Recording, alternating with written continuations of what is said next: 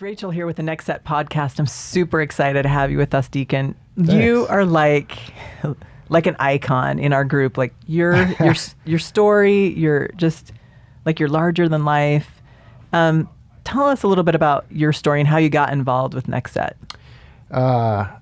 So through our friend Char, I had met her while I was kind of going through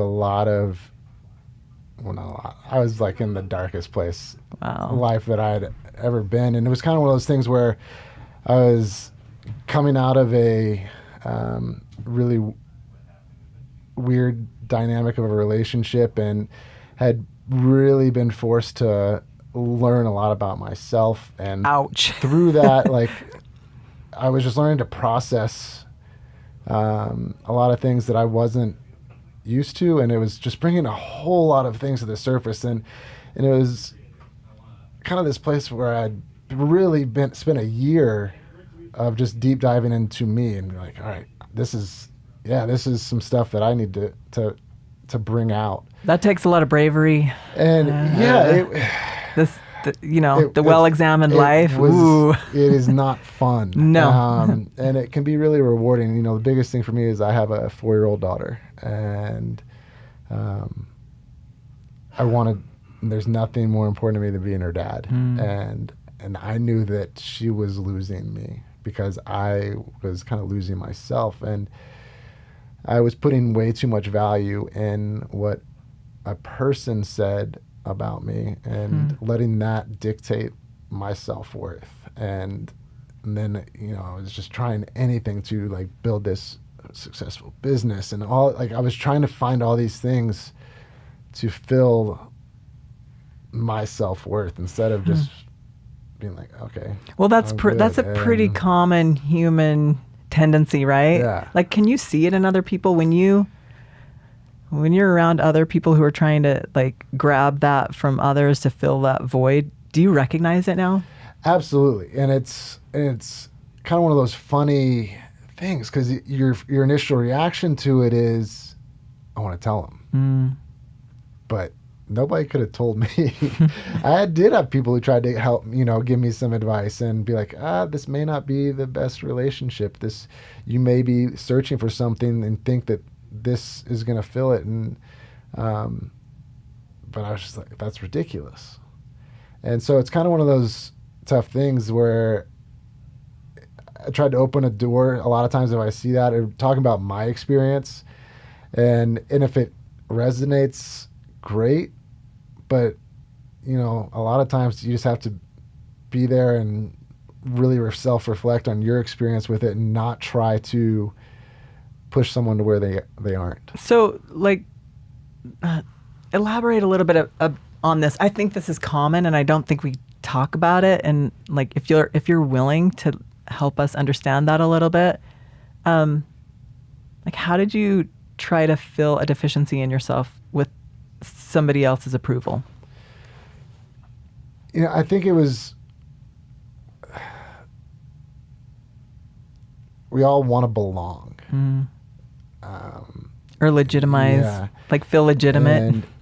And I realized that for me, one of the things that I missed the most from the military was the team aspect, like of knowing that I had these guys around me that no matter what had my back. And so I was trying to rebuild that connection with people. And then in particular, one person. And that was all of a sudden, like, that was the only thing that mattered. So the intent was okay in the beginning, probably. Yeah. When did you see that it morphed or changed to something that wasn't healthy? Because I think it's important to try to connect, like, especially a vet coming back and like reconnecting with like other human beings. Where was the turn where it went from like fine to not fine? When I realized that I was more concerned with saving a relationship with someone than my own health, than taking care of myself, than being present in my daughter's life, and that I was just missing out on life. Like, I mean, I got to the point where I walked away from 2 awesome businesses and just spent 6 months in a basement of a house, just terrified to connect with anybody, because I was convinced that I wasn't going to be capable of that because of just the things that I had been told and things that were just never something that was true to me. And all of a sudden I had no idea who I was, because this it had just kind of become a haze, and I didn't know what way it was up. So, wow, Greg described that earlier in a podcast about like diving deep underwater and not knowing which way was up. Like, that's a dangerous place to be. Like, it's horrible. Like, are you drowning? Are you going down further? Are you like headed for the surface? Like, how did you recognize that you needed help at that point?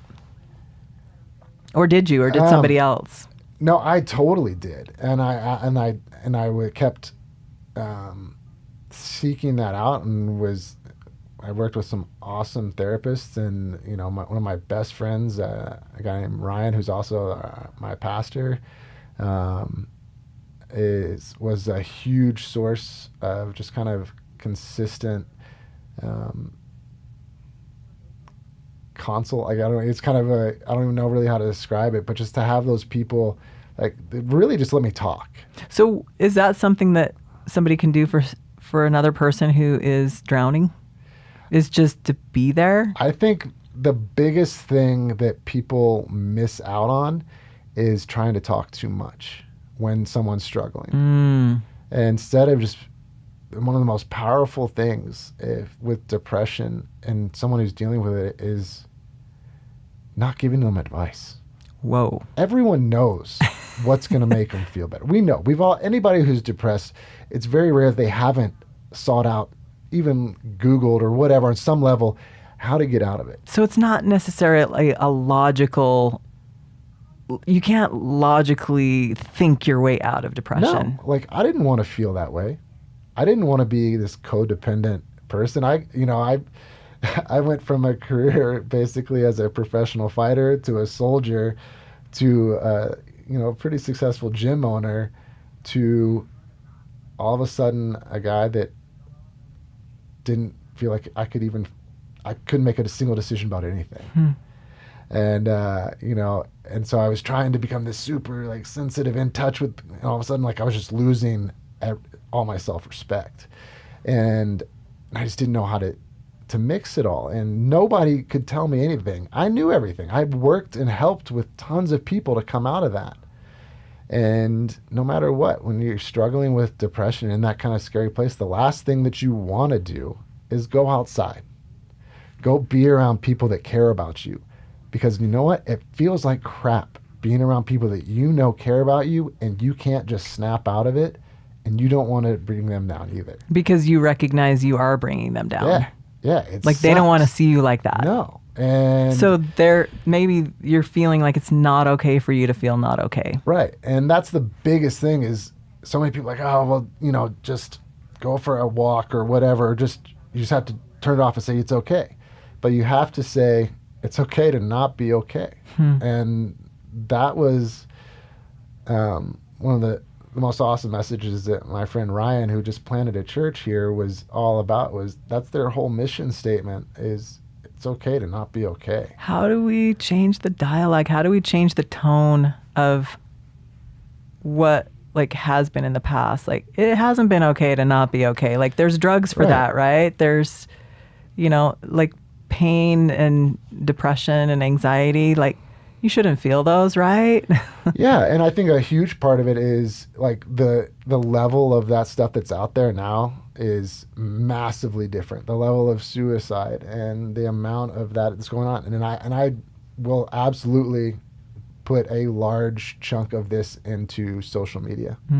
And that is, if anyone is struggling with any type of depression or whatever, throw your phone away. Get off of social media. Like, that's actually, even for me now, like, being back in this awesome place where I really love life. And, it's funny, I told Pat and Charwin about doing this. Like, I actually, like, bailed a couple weeks ago because I was like, I'm just trying to get away from it all. Mm. And it's not because I don't necessarily want to share my story or make myself available, but all of a sudden I can get really caught up into it and wanting to try to help more people instead of just being, you know. So like my whole kind of life model right now is doing less so that I can live more. Wow. Is it okay to suffer? Is it okay to feel horrible? Is it okay to feel anxiety? Is it okay to feel depression? Like how do we make that okay? I have a problem. If someone tells me they don't, I'm going to tell them they're a liar. You know, and that's the thing, you know. Yeah. So how often do you feel like crap? Daily. I mean, there's not, you know, there is so much. Anybody that's gone through that stuff, anything, it doesn't matter whether it's relationship stuff, military stuff, you know, there's just anything. It can be a car wreck. And it's something that can be at any moment in your mind. And it's just being able to get to that point to where you're like, okay, that thought's there. Okay, there we go. So allowing it maybe? Yeah. And pain, that's the thing. If so many people want to fix somebody who has depression. Why is that? Like, why do we want to fix? Because it makes us uncomfortable. Because in all reality, it makes you think about yourself. Whoa. And you're like, well, I don't want to admit any of my problems. Wow. So I need you to not have any. Wow. And it's, you know, if we could all just, you know, more than anything, just be like, man, I'm sorry that it hurts that much. You know, for me, like, I never wanted to kill myself. But there was a day where I climbed this cliff and was just like, I didn't know what to do. And I didn't want to die. But I was in so much pain because I just felt like that I was a bad thing in everybody's life, that there was a part of my life that I was a negative thing for them, and especially my daughter. And all I want to do is see her grow up and have this amazing life. And I love loving people. I love checking in on people. I love just, you know, being that person that can in some way, shape, or form make someone smile, even if it means like, dude, shit sucks for me right now. So like, how do you do that? Like acknowledging your own pain and not taking on other people's pain, because like we've talked a lot about empathy in some of our other podcasts, and sometimes that can be a codependent issue, right? Where you're taking on somebody else's pain unnecessarily. So at the point you are right now, how have you learned that it's okay for you to admit that some days aren't like 100% for you, but at the same time, you're going to allow other people to feel like miserable too?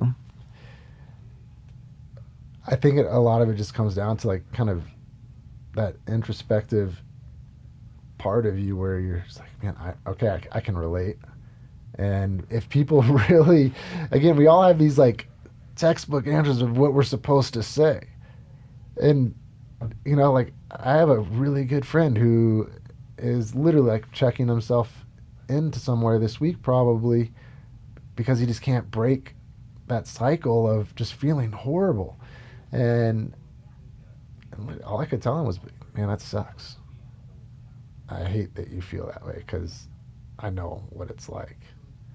And it's a scary place to say, I don't know. And it's funny, like being in the fitness industry and all that stuff, so many coaches like need to have this, I need to be all the answers to every client. We place so much value on like always being on the top of your game and always knowing what the answers are. And how has that impacted you and your trajectory by admitting like you don't know all the answers, and it's okay to feel like that, and it's okay to acknowledge that other people feel like that? Like I do have all the answers, but I'm just realizing I can't share them all the time. Gandhi. Yeah, no, it like I think there's two things that have become really powerful for me is I don't know and no, and not giving a reason. You know, think about all the times that you get asked to go somewhere and we have to give an explanation why, instead of just like, hey, Rachel, you want to go have dinner? No. So it's okay to not have to justify Yeah. what your action is or what your thoughts Yeah. are, or what your behavior is. Yeah, like, I mean, I think everything comes down to a matter of like the heart and like, you know, that, like you said, having that empathetic side of you. But too often we just, and this is kind of where social media and everything, we get too concerned with the snowflake effect of how are my feelings going to affect yours? Do you think you're living a more honest, more high integrity life by allowing all those range of emotions to exist? Yeah, and it's a balance. You know, for me, I have an amazing ability to shut it off. And so I don't want to. Like that was the biggest problem that I had I was in a marriage for 10 years, and we have an amazing daughter, and she, like, my ex-wife is the most incredible woman ever. And I didn't know how to really connect to her or reach. I just didn't know how to have that. And, so I think it's that fine line. I went from like I'm not going to really touch my emotions to here's all of them. So it was like, we'll try on this. Yeah. And so now it's just a matter of being like, yeah, okay, it's there. And just recognizing that. And everybody's just in a different place. And like I said, for me right now, it's just a matter of just chilling out and just being like, I don't have to be doing stuff. You can just be. Yeah. And that's kind of what I was telling Shara on the way. Even today, I was like, I don't have anything to talk about. Like, back when I first got onto Revive and everything, I was like, I'm going to do this and this. I had all these clear visions, and all of a sudden I was still, even though I was in a really good place mentally, I was still just trying and feeling like this need to do great things. Why do we do that as a society? Like, why is it all performance-based? Why isn't it okay to just be a human being? Just be. Because we're all gauging ourselves based on the perfect stories that we see on social media every day. So, yeah, I mean, isn't it human being rather than human doing? Right. Yeah, and it's, for me, it's that ability just to be present. Do you find that your relationships have improved because of that? Oh, absolutely. And just being able to sit and have a conversation without the phones and just everything, just being like, hey, what's up?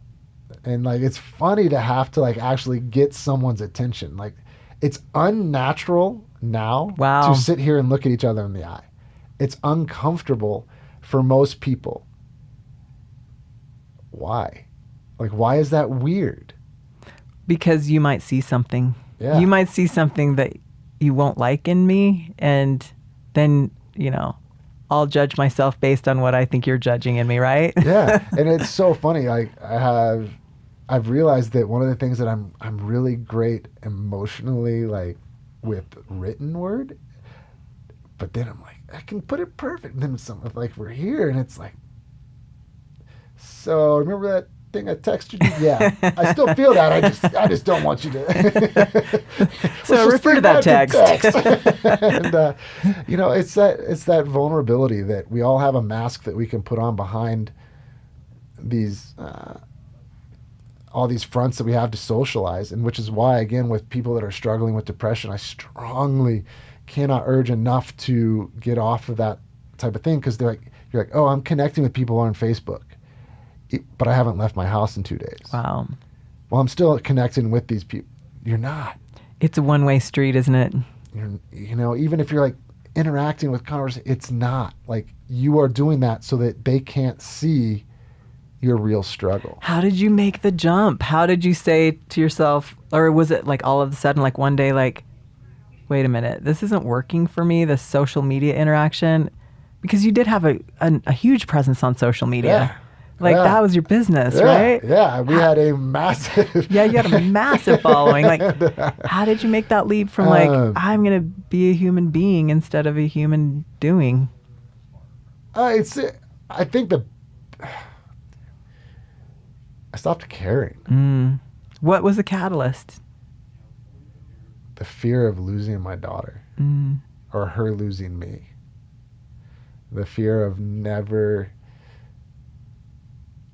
being able to really experience my life the way that I wanted my daughter to. What do you want for her as far as her experience with her dad? All I want her to say, 30, 40 years from now is, we had a good time. And he was there. Yeah. So that's going to require you to do things differently than most people do. Yeah, it's going to require me to really consistently check in with myself and evaluate why I'm doing something. And, why do I have these these ideas of just grandeur? Like, why can't a month ago, I really started to ask myself, why can't I just do something small? Like I never had, like everything's always had to be like this.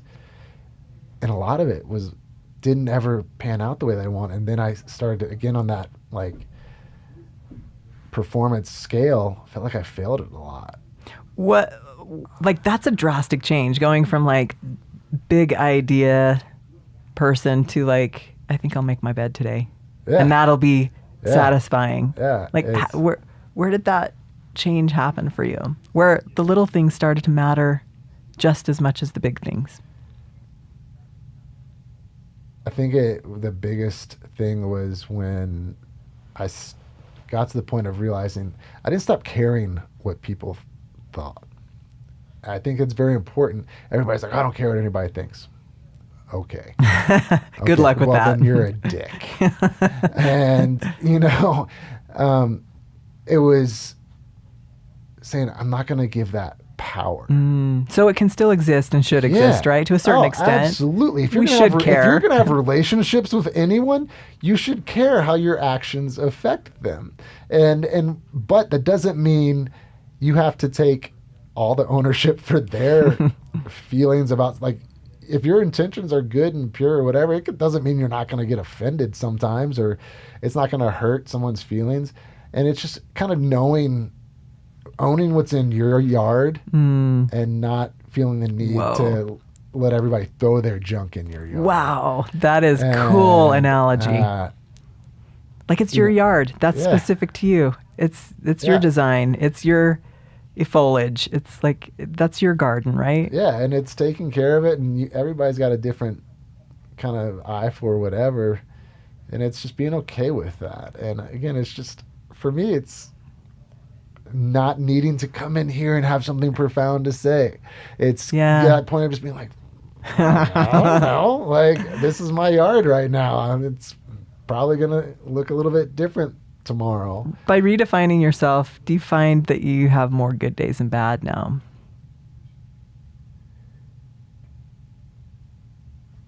No. No, I don't. And it's funny because training wise, I work with some incredibly high level athletes, and my thing that I always tell them is we want as many good days of training as possible. We don't want great training days. Great days are really hard to recover from. Really? And that's a great analogy for life too. You have a great day, that kind of mountaintop experience, you can't live there. You can't live on that mountaintop. There's a reason that people don't live on the peaks of mountains.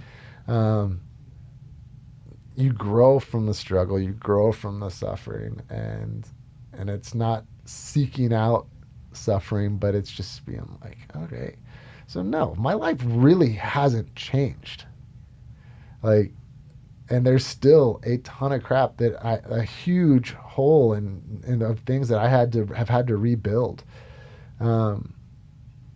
Is it okay? Is it okay to be under renovation at all times? Honestly, if you asked me on paper to pick a life I had 5 years ago and the life I have today, just from looking on paper, it'd be 5 years ago. Oh yeah, I wasn't starting over from scratch. I was comfortable, but if you let me look inside my head, this guy by the world standards, not a lot to show for it, is way happier. What can we say about starting over in general? Is it such a bad thing to start over and scrap everything and like construct from the bottom up? No, and I think that's where people mess up is they get stuck in shame. We let, and that was the biggest thing for me. Why I fought so hard for a second marriage that I knew deep down I knew right away was bad for me, and it wasn't her fault. It just shouldn't have been, and I fought so hard for it because I was like, man, I can't be divorced twice. Like in my mind, this was like the shame of doing that and like what I wanted my daughter to have in a relationship and stuff. And so like I just was carrying this insurmountable amount of shame that the funny thing is no one else was putting on me. It was self-inflicted. Are you afraid to start over?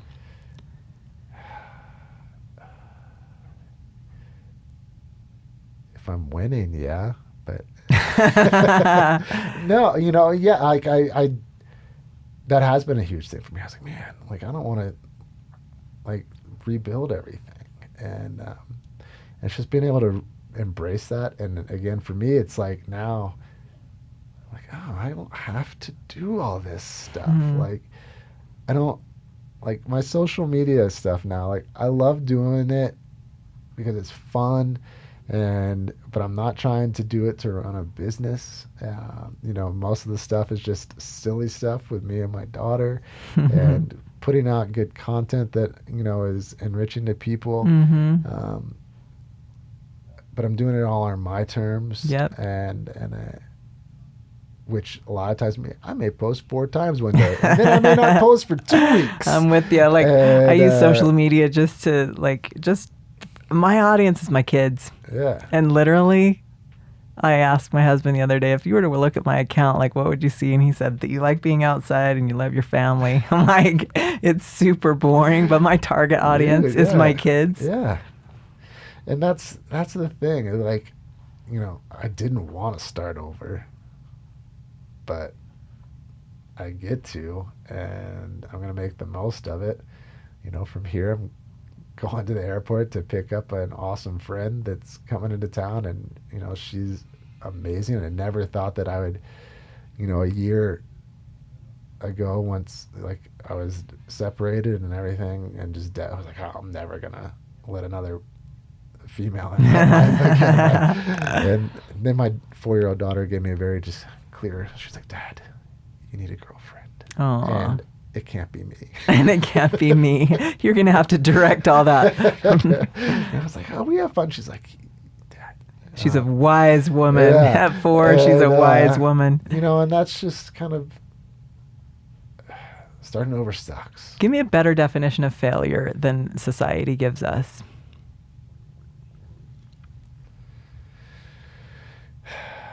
Failure. If you were to rewrite the definition for failure. Oh man, that's all that's in my head right now is a misstep and a chance to rewrite it. Wow. And like that's like I don't know why like a misstep is the only thing, but I think of it like if you look at any sport or whatever, like basketball, you miss a shot, the game's still going.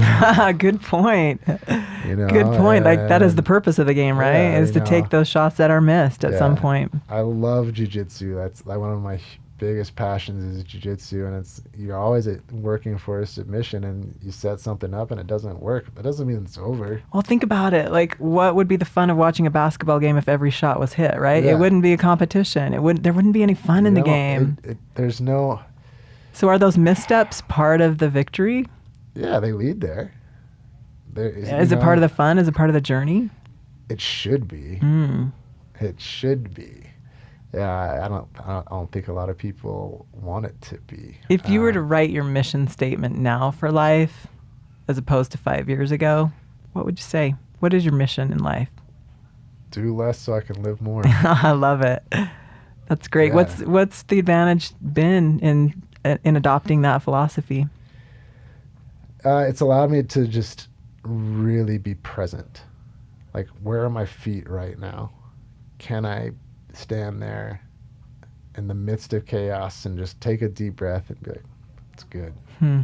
And and it and it's a struggle sometimes. I mean, it's funny. Last night, You get to feel everything, like, Yeah. right? And like nothing's shielded. like yesterday was just kind of like nothing bad is going on in my life right now. But like I started to let myself have all these thoughts of like just going back and rethinking, and I was just pissed off, and I was just like, what the hell am I doing? Like, is my life amounted to anything now? And I was just having these crazy self doubts about everything. So I just took the dog for a long walk out into the mountains and came back through, and this random dude was just sitting at the end of the walk, and we just ended up talking for like 2 hours. Hmm. And and it was kind of one of those funny things. Like later, to Was it so sit back, random? it'd be like, all right, if I hadn't been in that kind of like place that I needed to check out and leave my phone at home, and that's kind of those are the days where I'm like, man, I've literally looked at my phone. I realized that I've surfed through like social media aimlessly, Hmm. and I'm like, oh, I feel like crap now. Like, and I was like, all right, get out, check out, and go. But if it hadn't been for that bad kind of feeling, like I would have missed an opportunity to meet this new dude and just have an awesome conversation that really opened up my eyes again to just kind of recharging me and reminding me that, yeah, I don't want to be doing as much as I was before. So has it led to a richness, like a depth that maybe you didn't allow yourself before? Yeah, it changed again. For me, the biggest stuff that changed was what I valued and what I saw as rich. And, I felt like I had to give my family this like lavish lifestyle, and that was the way that I was going to show that I was successful. And when it came down to it, my daughter's the person that is going to, view my life, and that's what's going to be the measure of my success is Wow. the relationship that she feels like we have. That is a cool definition of success. Very So, cool, like, because it's lasting. Like, this is Yeah. something that will outlast you for generations, right? Something that she'll be able to pass on as well. everything can be rebuilt except for time. Whoa. That's a book. So you can get everything back. Money, Yeah. like relationships, literally everything can be rebuilt and regained except for time. Wow. Did you make that up? I don't know. But that is like the coolest statement I've heard in a long time. I didn't make up time. Like I have a friend who always says, if it's a money problem, it's not a problem. Yeah. But you're right. Like, time with people, time with those we love, you can't get it back. Can't get it back. What do you want to say to your daughter? Like, what do you want her to know about how you think about life now? That life sucks in the most awesomely enjoyable way possible. That it's hard. That it's not going to be easy. And that it is absolutely worth it because of the time that I get to spend with her and the people around us. That it is. Life's hard. Life sucks in the most awesome way. Like, it really does. Like, it's building those relationships around you with the most imperfect people that are perfect for you. And like, that's all I could want for anybody, is to just look at me and be like, yeah, you're an idiot and I love you. And because that's that's how it is. Like, I want her to make mistakes. I don't necessarily like the whole, I wish you could have learned from my mistake. Who has ever done that? Literally no one ever. And so it's like, I'm not even going to say that to her. Like, no, mess up, do your stuff, get up, and when you need me to, I'll pick you up. And that's the thing, is that right now too many people, I feel like, are expected to be picked up. And we need to kind of rebuild a little bit of grit that that this country was built on, this country was built on, that teaches people to crawl back up. Wow. So pain isn't the enemy. Failure isn't the enemy. No, Discouragement isn't the enemy. Pain lets you know you're alive. You know, Dalton said it great. Pain don't hurt. Which, that's a Roadhouse quote for all young people out there. Go watch the movie. Pain don't hurt. You know, and it's just it's a brutal place, especially since so much is forefront of everything now and everything is accessible. Nobody has the life that they portray on social media. Don't think about it like that. Wow. Don't compare. And I say that with a grain of salt because I do it every day. I still looking like, oh man, how did they get that? Like whatever. And you have to it's a constant battle. So comparison really is the thief of joy. Oh, dude, it's so bad. How are you moving towards not comparing yourself to others, or not comparing yourself to what the standard is for like success or financial I think success? It's next to impossible to not do that. And it's just a matter of just, again, having that kind of check of that list of what you go to remind yourself of what you're fighting for. What's your why? And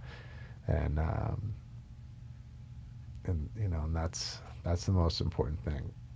If your why is to make a bunch of money or have a certain amount of followers on social media, you're going to always be disappointed.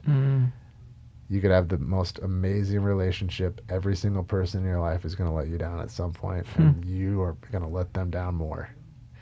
And that's okay. That's what I love it. That's okay. Like, it's okay it's okay for us to fail as human beings, right? Like in relationships. Yeah. Like who doesn't? You know, and when you're able to truly look at people and be like, oh, that's okay. Then you can start to do it for yourself. Wow. Too. So that self-acceptance of others comes back to become a self-acceptance and self-love for your own foibles, right? Yeah, absolutely. And I'm just learning to enjoy me and my imperfections and just embrace it. You're an inspiration because there's a confidence that comes from being in a room with somebody who doesn't need to prove their worth or their self-worth to others. Like, it's tangible, it's palpable. And like being in this room with you, Deacon, I can sense like that people want to be around you. How do you deal with that? Like, because you're more centered in who you are, it becomes like an attraction for people that want to hang out more with you. How do you preserve your energy so that you don't get caught up in like what they think or what they need or trying to fulfill other people's needs?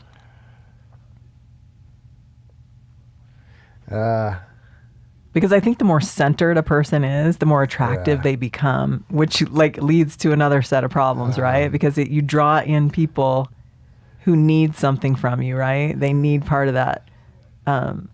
It's something that's intangible. Yeah, I think one of the biggest things for me is kind of shrinking my circle. And again, that's one of the fun parts about social media is you can do it with a pretty positive spin on it, but it's what you let it do to you. So before you post, what do you ask yourself a question or a specific set of questions so that you don't get back into like the old Deacon? Yeah, a lot of the times it's like, why am I doing that? Or like if I do think about it, I don't post it. If I'm just like, yeah, I post it. But if I'm like, oh, is this good? Don't do it. Like I literally have hundreds of hours, probably of video footage content that I go back and start to go through. If I feel like I need to edit it, don't do it. So you're living more spontaneously in the moment, like present, being present with what is and being okay with that, not judging yourself. Yeah. Like for me, if I get strategic with social media, that's when I've lost myself. Wow. And that's where I really had lost myself for 2 years was focused on, all right, what's going to resonate with people, what's going to get response, what's going to get feedback, instead of just being like, I'm mostly just posting this and hopefully that it's still around in 20 years so I can look back on Right. it. It's like a yearbook. Yeah. And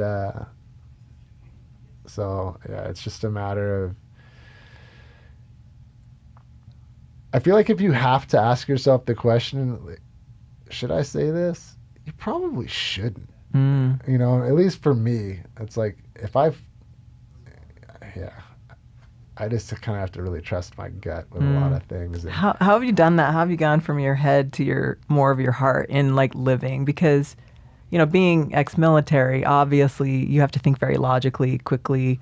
I mean, there's a lot of like mental energy that goes into the way you live. How have you brought your heart and your head together as a guy, you know, like to make that a good blend? the brain and heart, like, it's all training. Like, the reason that like fighters and military guys, and the reason you can do that is because you train it, you drill it, you train it every day. You go through that and you train to react the way you want to. And so spending time actually, like, whatever you want to do, meditating, journaling, or whatever, but like preparing yourself for those things, that's going to show how you react. You know, all that we can control really in life is our reactions. Yeah. So We that's it right there. Control anything else that anybody else does. And that's what I tell people in the gym, that this is our only chance to like control the environment around us so that you can create better movement, so that when you have to react outside of the gym, you react better. So your mind's the same way.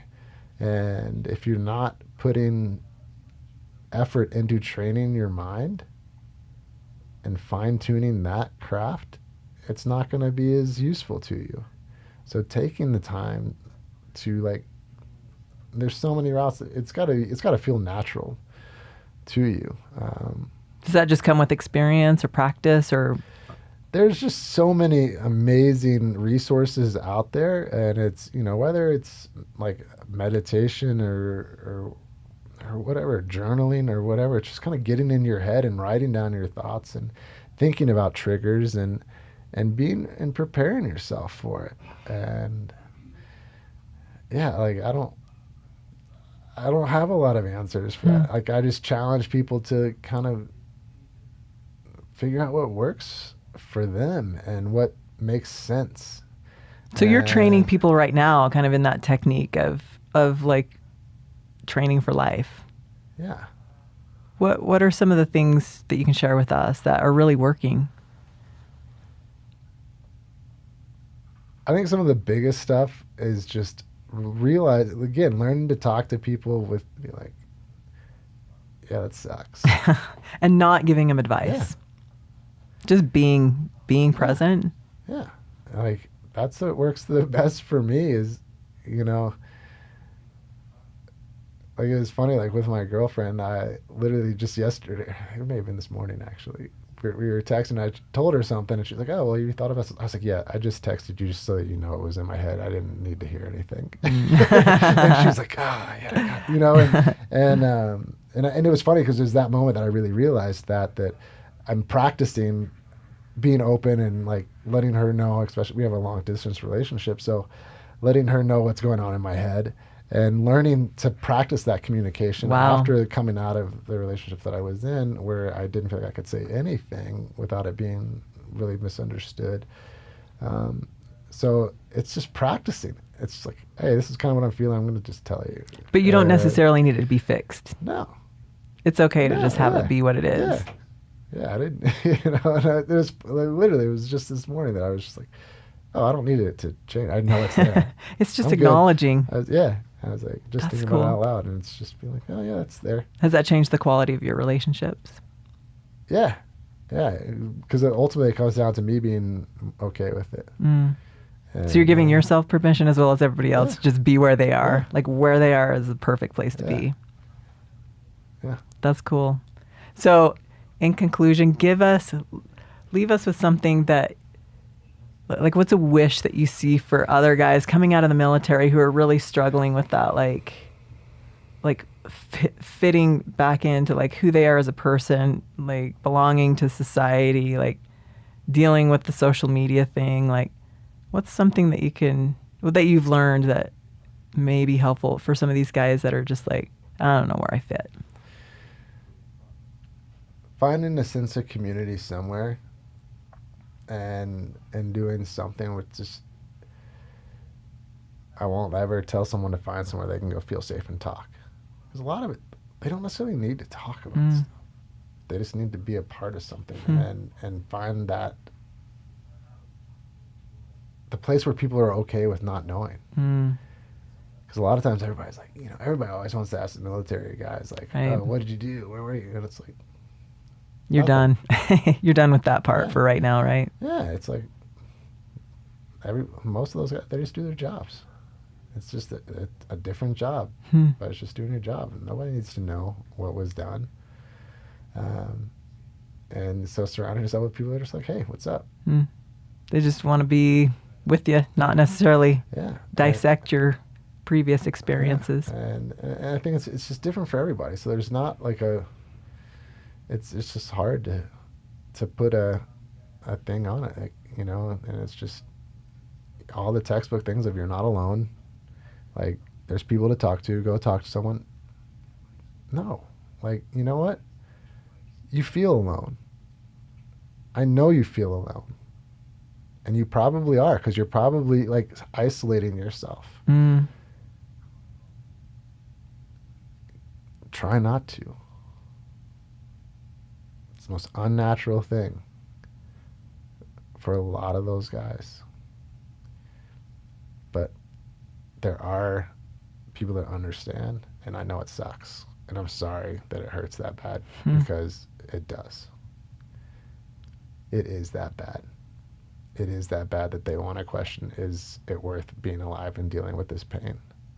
And it sucks, and that's okay. And more people can understand that than they may know. And if anybody is around those people, don't try to talk them out of it not being that bad, because it is. And it's okay. Thank you. That is powerful. That we don't have to justify or explain or try to get rid of pain. It's okay if it's there. Yeah. And don't try to take it away from somebody. It's probably the biggest gift we can give each other, isn't it? Yeah. Hey, Deacon, that is powerful. That hits to the heart. Just be there. Be present. Yeah, that's a huge, hard thing to do, because a lot of people, especially someone you care about, you want to help. And a lot of times, there's nothing you can do except for just accept that they are hurting that bad. And a lot of times, that's all they need to know. Thank you. Absolutely. Awesome. You've helped a lot of people. You've definitely helped me to understand, like, just shut up and listen. Yeah, I'm still working on that one someday. You are amazing. Keep being the amazing human being. Keep on your quest to keep being awesome. Yeah, Thank you. Thank you.